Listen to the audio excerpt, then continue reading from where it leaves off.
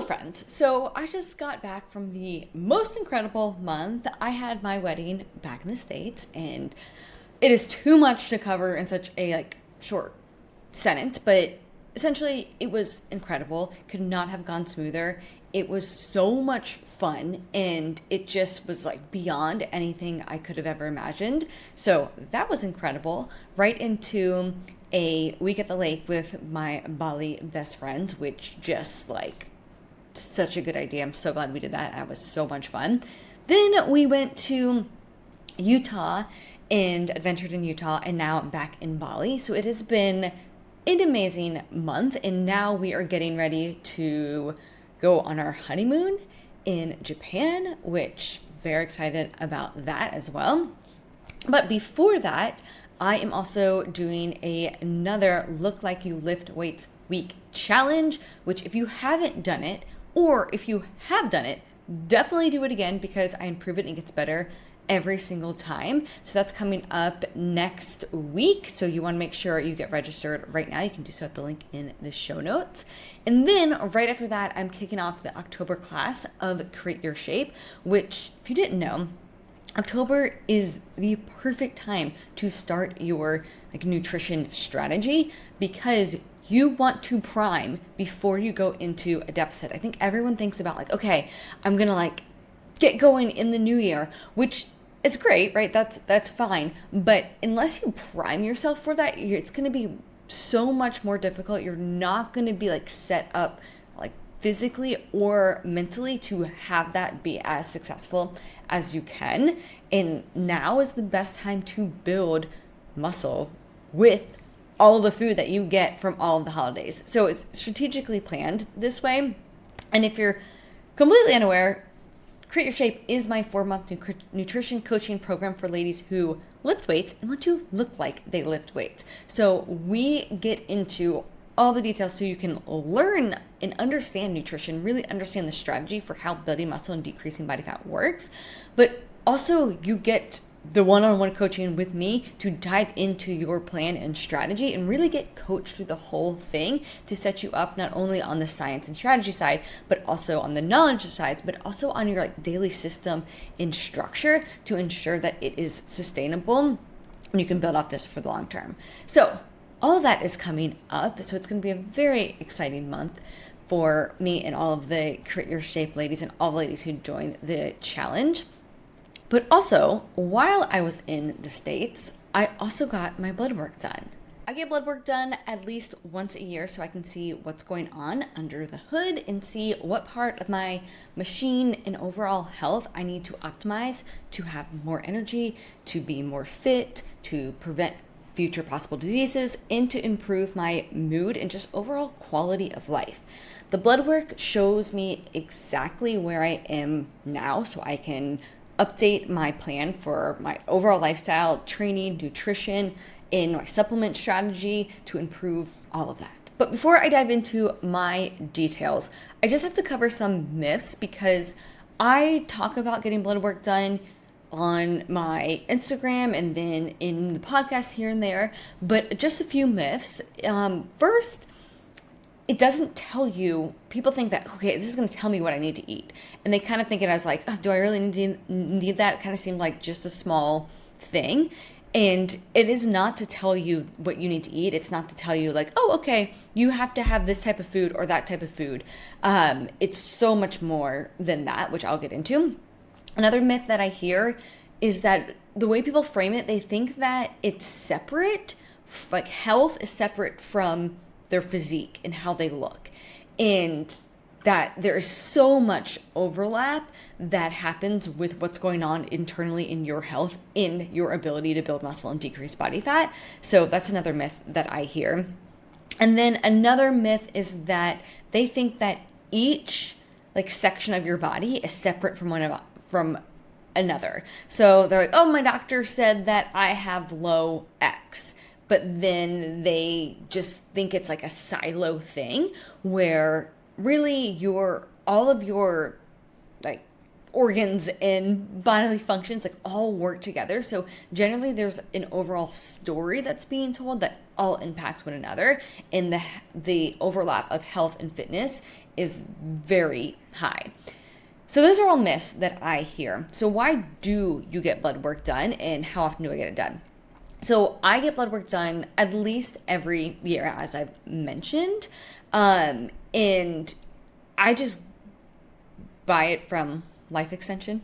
But there's different ways that you can buy it. But you can just buy a panel, and then you can just schedule an appointment at your local LabCorp. Just go get the blood drawn. It takes like 15 minutes, and then you get the report back. The key, though, is knowing what to do with that report and knowing how to read it, which most of the time you're not going to be able to do that. And then also most of the time at your typical physician or Western doctor or a clinic is just going to look at a wide range and say, okay, do you have a disease or do you not have a disease? Where I'm looking at it much narrower than that to know, are you optimal? Are you thriving? Or do you have as much energy as you could? Are you set up to build muscle and decrease body fat? Does anything look like it's trending in a direction that we don't want to go? So it's really like so much more narrow and so much more from a functional health perspective.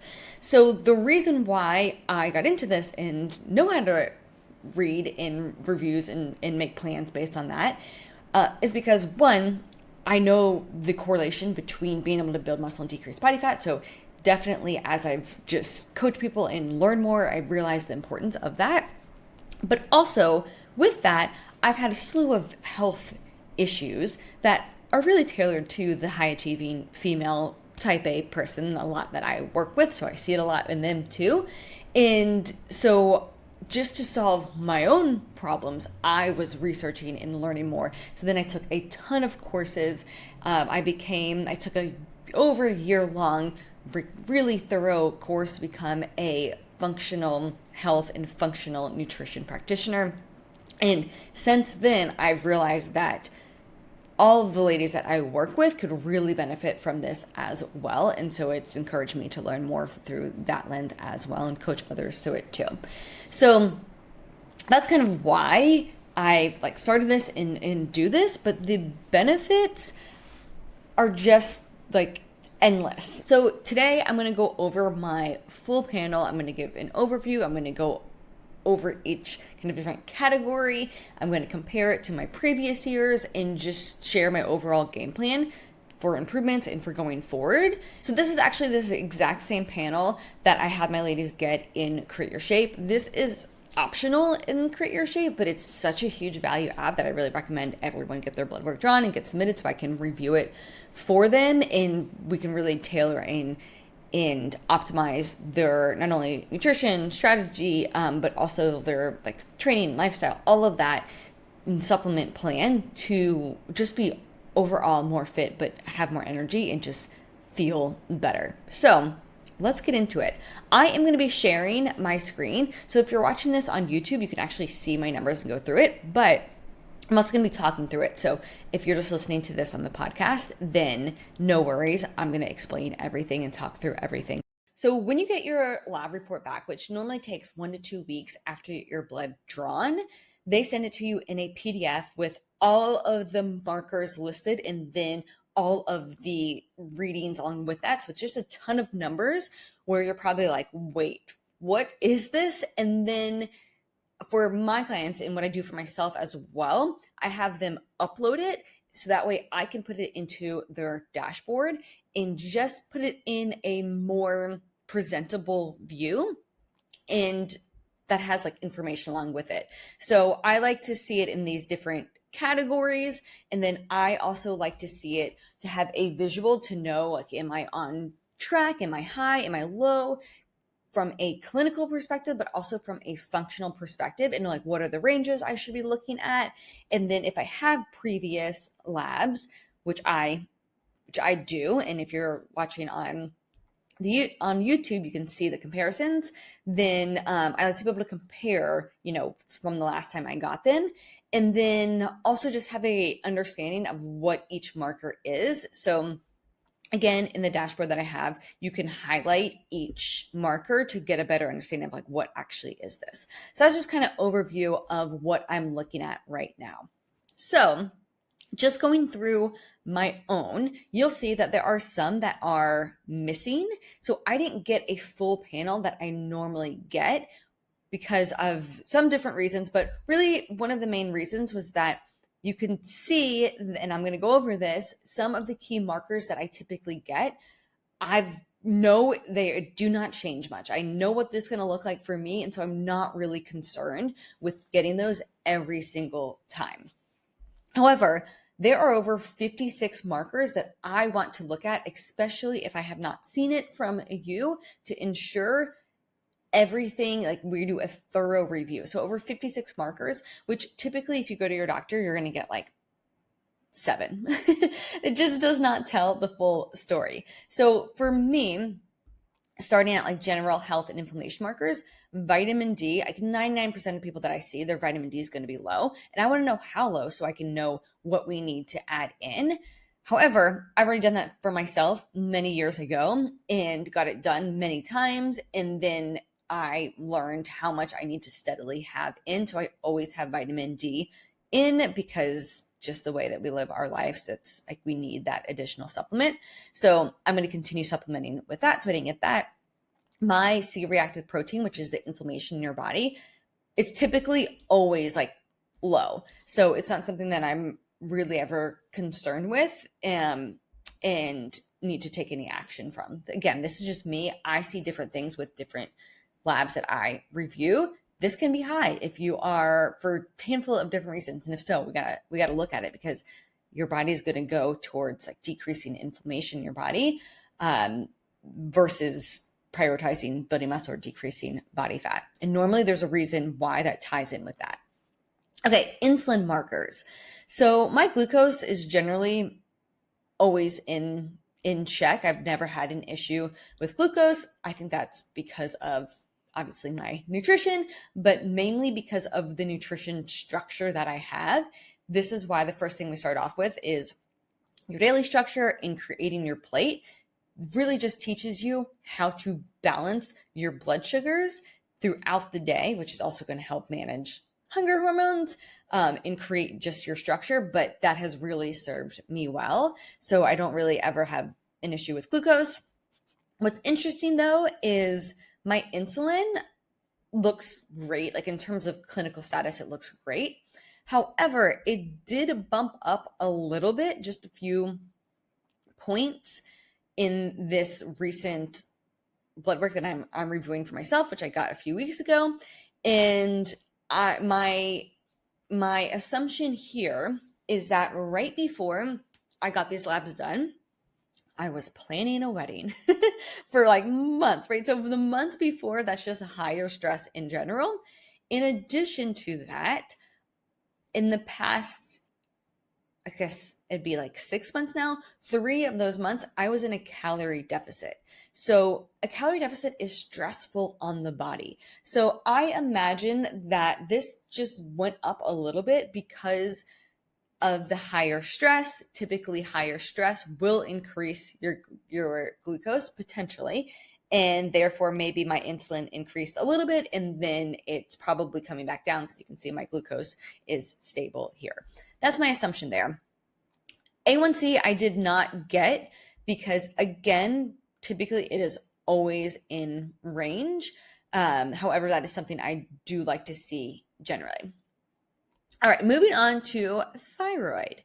So thyroid typically is a good representation and mirrors stress levels. So this is something you probably have heard about before, especially as a high achieving female, because as you age, like 30s and beyond, then typically your thyroid has been taxed from being that high achieving female.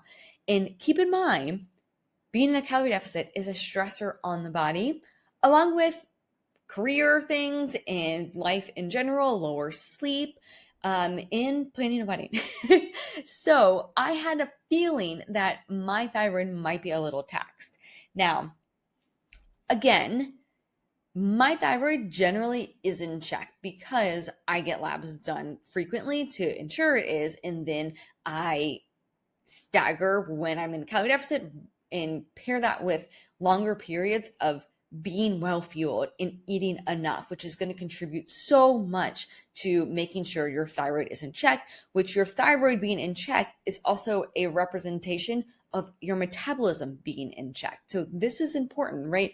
Not only for overall health, because many women can have a stressed thyroid and then have to be put on medication, which then has other downstream impacts, but it's also so closely tied to energy levels and your metabolism. So generally, this is pretty in check for me. I would say, though, it's something that I constantly am looking at, especially reverse T3, because reverse T3 being high essentially just means, okay, we're going to reverse your T3, which is your active form. And your active form is controlling your metabolism and energy levels. So pretty much it's your body's way of saying we're going to reverse that, meaning we're going to slow you down because you're not doing it on your own. So we're going to force you to do that. So mine generally, it's not high out of the functional range, but you can see, I guess it's just over the functional range typically. So it's not something that in like a clinical setting anyone would put up a red flag, but because I'm looking at functional ranges, I'm always generally like, hey, we got to pull back if I see this, which is generally the case. So it's something I have to constantly be on myself about, and we'll see. You'll see what I'm going to do when I go over my plan of what I'm going to add in for this. So I had a feeling this would be the case, but I also knew it wasn't going to be like crazy out of range in terms of my overall thyroid being crazy out of range. But you can see that like my TSH is on the higher side of functional. Is it still in the optimal range? Yes. So again, not too concerned, but I can see that. I can see that my reverse T3 is a bit under the functional range. So that's not a good thing. And that's something that telling me, okay, hey, you just experienced some stress. We got to kind of do a reset and really prioritize health, just to make sure we stay optimal. So that is what I'm going to do. So again, not super concerned, but it's something that I am always checking because I know that this is something that gets taxed for high achieving women, especially given the recent stressors I had. Okay, let's go down to the next category, which is stress and sex hormones. So progesterone, estrogen, and testosterone are like your main sex hormones. And my progesterone, I would say typically that is something when high levels of stress are present, progesterone tends to tank. You can see from a couple of years ago, my progesterone was tanked. And that was when I was doing severe gut protocols. And so I had to increase that. And there's ways that you can do that. So right now I'm in line, really nothing to be concerned about. It looks pretty good. So I was pleased with that. However, when progesterone gets low, that's when you can start experiencing like your sleep's impacted, or you get anxiety, you get anxious more. And so again, this is another one that I'm always adding in support for, just to make sure that I am getting my progesterone like as high as I can within the ranges. So I will likely add some support in for that, and I'll talk about that in a second. Okay, overall, DHEA is okay. I would like it to be higher though. So it's, I would say, on the lower side, especially for my age. And that's kind of like one of the top hormones that then gets like it's a precursor for other hormones. So that is something that I would like to improve just for overall energy levels and like drive and motivation. Okay, next we're looking at cortisol. So cortisol it's important to remember that cortisol changes throughout the day. So generally it's going to be higher in the morning, and then it's going to level out and then decrease as you get into the evening. So it depends on what time you get your labs done. I always recommend getting them first thing in the morning. However, for me this time, I had to get them midday. This was after actually we got married in the courthouse, and then I went and got my labs done. Like that's the first thing you do after you get married, right? So I know that this needs to be adjusted based on the range here. So actually it looks okay, given that that was 11 a.m., it is a little lower than I would typically see if it was in the morning. So that checks out to me. So moving on, estrogen, testosterone, and free T, which is free testosterone, are all pretty low.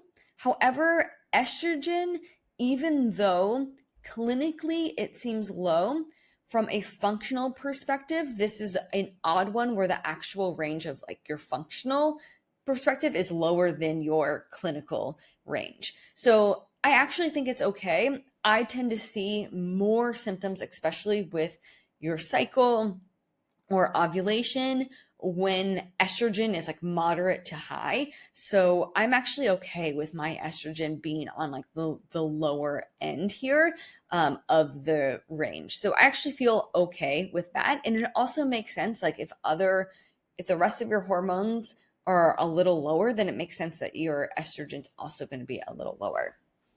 So going on though to the problem child, that is testosterone. My testosterone is at a 6.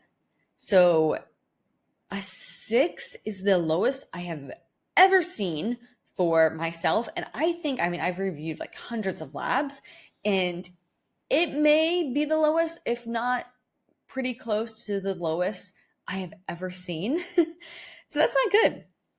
So 6 is where I'm at. And just to give you an idea, the ideal functional range is 35 to 45.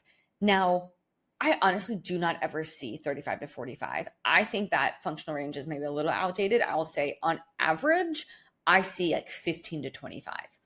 Now, if I see above 20, I'm like, okay, you're good, you're doing well.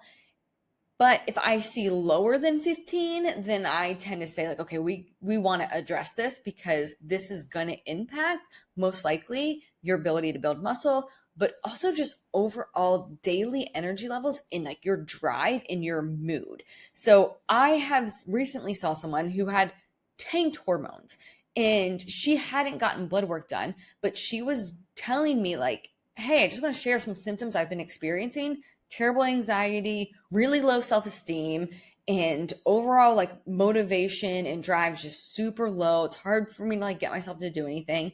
And she thought it was because this like life circumstance that she had.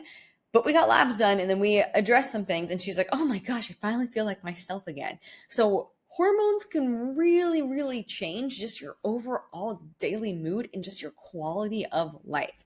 So this, if anything, I like really stress reviewing, especially as you get into your like 30s and beyond, when your body has just experienced more life, for things to compound more, to just feel better, right? So my testosterone is tanked. Can I feel it? Yes, I can. I have just like low drive and motivation, and it's just like when it comes to everything in my life right now. And I can tell, and so it makes complete sense, but it feels so good knowing that I can address it and I know what to do to improve my testosterone. Because as you can see, looking back over the past couple of years, my testosterone has been a lot higher. So there's been various points where it's been pretty high, it's been moderate, and there's been times where it's been low. And the last time it was really low at 8, it was because I was going through a super intense gut protocol, which was super stressful on the body. So again, I would contribute my low testosterone right now of 6 in combination with my low free T of 0.3, which that should be anywhere from like 1 to 2. So that's also really, really low. I would contribute that to just the recent calorie deficit, and then also the stress of planning a wedding. And I'll also add on like the travel. Travel is taxing on the body. So I did, I think, month in the States over the summer where I was here and there, like multiple flights and multiple places I was staying. Same thing with this past month. So that again makes sense. And then I know what I'm going to do to address it. Okay, moving on to kidney health markers. Honestly, everything looks really good here. You know, it is pretty common to be slightly outside of the functional ranges here because these are going to change pretty frequently, especially with hydration levels. And with the recent travel, it would make sense that I might have been slightly dehydrated. So again, I'm not too concerned about any of these here and probably won't really address any of them. The one thing I will say is my creatine's a little low, which is interesting, but it makes sense compared to previously because previously I would always supplement with creatine. I think most people who are lifting weights should be. Just the benefit is there, but also the cognitive benefits you get from creatine. And then there's more studies coming out about how it may be the only supplement that can help you offset sleep. And like offset sleep, I would say that I wouldn't say directly. It just is going to be the best thing. You can't really offset sleep. However, because, and this is getting into the weeds, but again, we're just reviewing my labs, because of my 5-alpha reductase, I think that's how it is. I am like androgen dominant. I had a Dutch test done so you can see the pathways. Essentially, what that means is I am going to be like my hormones sway to DHT friendly. This is really getting into the weeds, but in short, that is can cause acne in some people, which for me, I was getting breakouts on my like chin, and it could be from a handful of different reasons, but I know that creatine may increase DHT. So that was just, this was before the wedding. So I'm like, okay, I'm pulling it because I want my skin to be clear. That's more of a priority for me right now. So I have pulled it. I am definitely going to reintroduce it again with other things just to make sure my skin stays clear. So it makes sense that my creatine might be a little lower than typical. Okay, but that's really all I have here for my kidney markers. I mean, I think they look great. I don't have any concerns here. All right, moving on to the lipid panel. So cholesterol. My cholesterol looks in check, and this is something that I repeat a lot where ladies are stressed about higher cholesterol. Really, I want to be at the high end of the range. Cholesterol is a precursor to other downstream things like sex hormones. So I want to make sure I have enough cholesterol that is supporting those things downstream as well. So I'm glad that my cholesterol is kind of near the top end of the range. So that looks great to me. Of course, you don't want to be too high, especially with your LDL. However, the main concern is having both high LDL and high triglycerides. That really high triglycerides, that is when it's concerning. So not only is it concerning for health reasons, but high triglycerides mean you have circulating fat in your blood, where if you're trying to decrease body fat and change your shape, then your body's probably going to pull from that versus pulling from breaking down and oxidizing your stored body fat. So really, that is the main thing that I'd be concerned at when I review labs, which I don't see too often, but it's something that definitely wants to get addressed.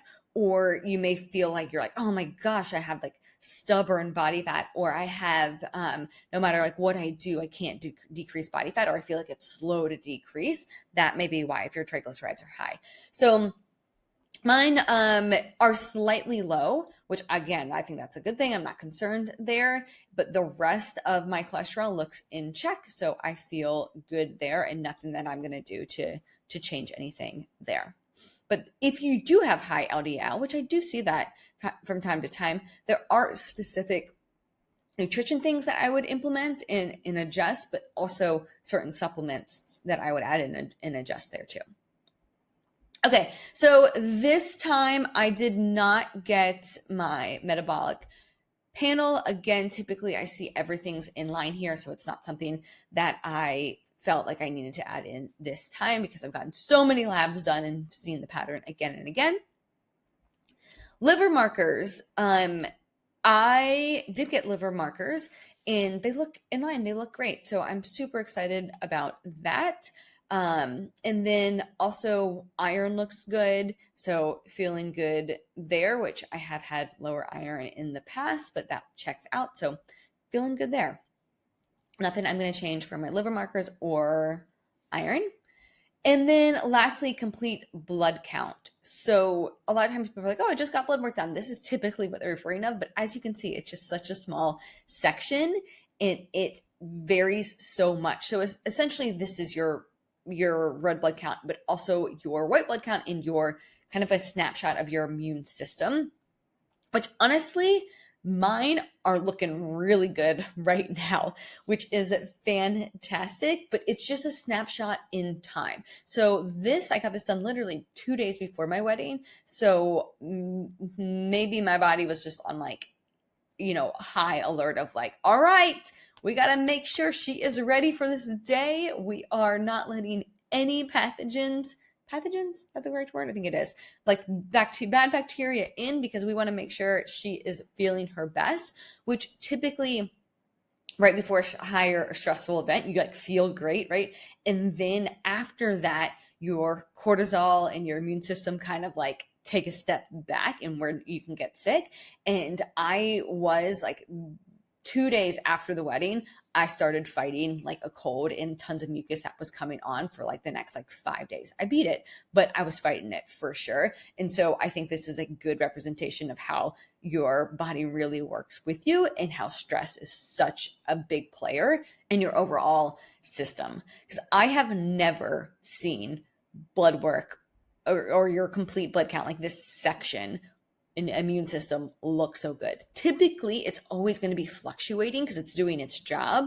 So I've really never seen it look this good. So I'm proud of myself for that one. Good job, body, for having my back. Now, if I did this a week later, probably would not have looked this good.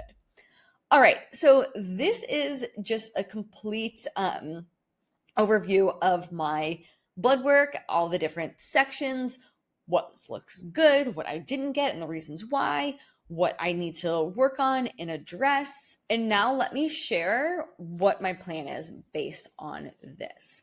So really the name, like the entire story is, okay, your body has been stressed out. Your hormones are suppressed. Thyroid is a little like taxed, and you need to essentially reset your stress levels and support your stress levels to then bring up all this and bring up your hormones. But in addition to that, I really want to bring up those hormones. That's the biggest thing, especially testosterone. But I really want to bring this up just so I can like feel better in my day to day. So what am I going to implement? So this is what I mean by lifestyle factors to reduce stress, adding yoga back in. I used to do yoga once a week, which that just got the back seat this year between everything that I've been doing, between dance and then planning the wedding. So that just took a back seat, which I can feel it not only like in stress levels, because I really go to yoga for the Zen aspect, the deep breathing that you can tap into, which is going to decrease the cortisol, but also for the mobility and flexibility. So even that, I can tell my body's like, oh, we miss that. We miss that like flow. So adding yoga back in. The next lifestyle factor is sleep. I generally cannot function without 8 hours, but I would say leading up to the wedding, between like work and planning and everything, I was getting like 7 hours per night, some 8, and some, it would vary, right? But definitely lower than normal. So I am going to do a 2-week 9-hour stint. So 9 hours a night for 2 weeks. And then from there, I might go back into my regular like 8 hours per night. But I will tell you, last night I got 10 hours of sleep. Aaron and I like laid down to watch a show. We're watching Mobland. It's so good. But he fell asleep immediately. It's 8:30 p.m., right? Maybe, sure, we might be a little jet lagged, but it's 8:30 p.m. He fell asleep immediately. And then within 10 minutes, I was like nodding off. And it's a good show to nod off to. So I was like, all right, we're just turning this off and I'm going to sleep. And then I woke up at 7 this morning. So that is, I think, over 9 hours of sleep last night. That's like, is that 10? Is that even more than 10? around there. So so far, we're gonna do two weeks of this, which is difficult, right? I'm gonna have to really try to make that happen, but just again to decrease stress, improve hormones. The next is heavy lifting and cardio. Lifting heavy increases your testosterone. So for sure, going to keep lifting heavy, which I plan to do anyway. But again, just making it part of my routine and solidifying that. And then adding in cardio just for overall health, and in specific cardio with zone 2, because it is a relaxer, right? I don't know if you've ever done zone 2 for an extended period of time. It's like it really like zens you out. So adding that in as well. Next, with my nutrition, this one is huge. I've mentioned this several times. Being in a calorie deficit is a stressor on your body. So after the wedding, or sorry, after my calorie deficit, I started to work my intake back up and reverse diet back up. But honestly, I was having issues with grains and just getting brain fog.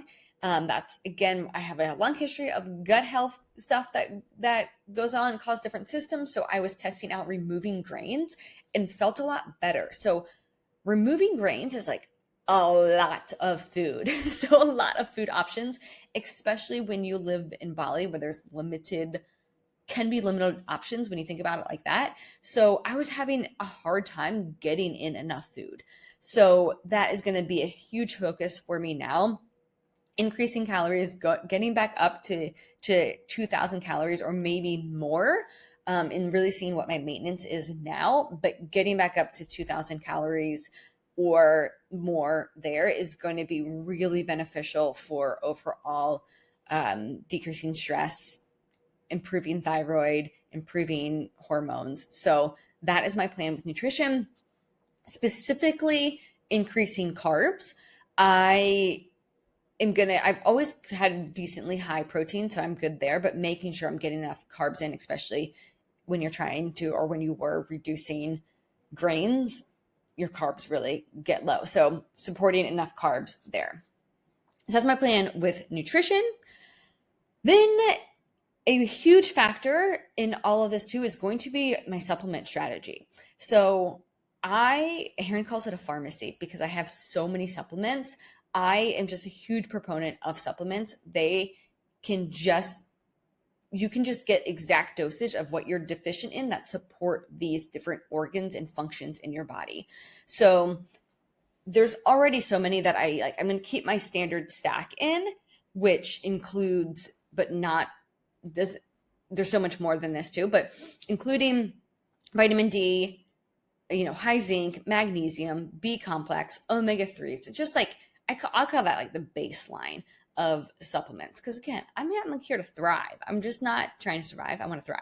So in addition to that though, to support hormones, which all of those will as well. Yes. But in like high zinc, right, it's also going to support like skin. So, making sure I'm not breaking out. But then specifically for the ones that I know I needed support in, like progesterone, my progesterone looks good, but I always want to make sure I'm topping myself up there. So I'm adding in chaseberry, which is just a natural supplement that can aid in increasing your natural production of progesterone. Now, the next thing I'm going to add in is DHEA. So this is straight DHEA, but it's in supplement form. But I want to increase that. I want to get my DHEA up higher. Now, I don't suggest just doing all of this blindly and just following what I'm doing, because again, these are specific to my labs. But especially DHEA, you have to make sure that you are getting tested and you're getting your labs tested for this, because this can quickly get too high. If you are seeing my labs here, you can see that I was up in the 400s a couple of years ago when I was supplementing with DHEA. Good thing I got my labs done so I could see that and knew to decrease. If not, you can cause other symptoms or maybe even push PCOS if your DHEA gets too high or testosterone gets too high. So that's compared to, just to give you an idea, the like 119 that I'm at now. So I want to get it up higher, but it doesn't need to be that high. Okay. Next is boron. So boron is going to help increase your free testosterone, which I could use some support on. And then both of these, but the DHA is going to have like downstream impacts to increase my testosterone. Next is going to be high dose vitamin C. So high dose vitamin C is going to support like immune system, motility, like it has lots of benefits, but specifically it's going to be a precursor for these hormones as well. So I'm going to add that in too. And then next is going to be some adaptogens. So adaptogens really are added in just to help your body kind of balance and support different functions in your body. It's kind of like a precursor to precursor. That's how I kind of think about it. But I'm going to add in ashwagandha. And it's not something that they're with adaptogens, you take them for a little bit and then you swap them out so they can continue working, and you maybe every 3 months swap them out for something else. So adding in ashwagandha. And then lastly, I'm going to add back in creatine. I kind of already discussed this, but really, obviously in the gym, it's a huge benefit, but really just for the mental benefits, just to feel sharper, to feel like that mental clarity. So that's everything that I'm adding in. Those are things that I'm changing with my lifestyle. That's what I'm doing with my sleep and with my training based on this blood work and this most recent panel. But important to share, this isn't something that I do forever. It's not like you add this in and then forever, right? I'm going to be monitoring my symptoms and how I'm feeling. I will get updated labs if needed. I can also cherry pick and just get certain hormones based on the ones that I'm really looking to address.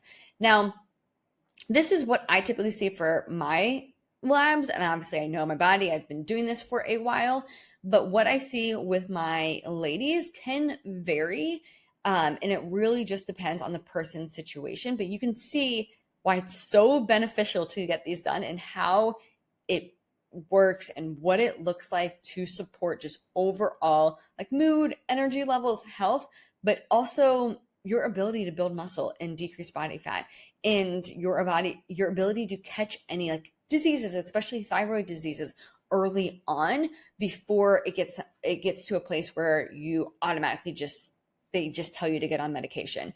I see that with cholesterol, I see that with thyroid, and I see that with maybe not so much by ladies, but generally out there, you're going to see that with glucose and insulin markers too. They're just going to automatically put you on medication where you can see so much more if you're tracking your labs and the connection it has with just your goals anyway of feeling good and looking good.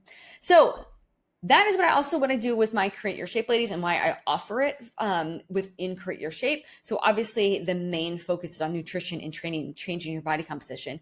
But this is just such a huge benefit to knowing what's going on internally, but not only knowing what's going on and getting a plan to update it, but actually seeing the results for yourself and seeing the labs in this dashboard and in this format and how it's broken down. So you just are more in tune with your body and really get a better idea of how it works. So this is what we do in Create Your Shape. So the next class is starting on October 27th. So now is the time to get signed up and get ready to get started with that class.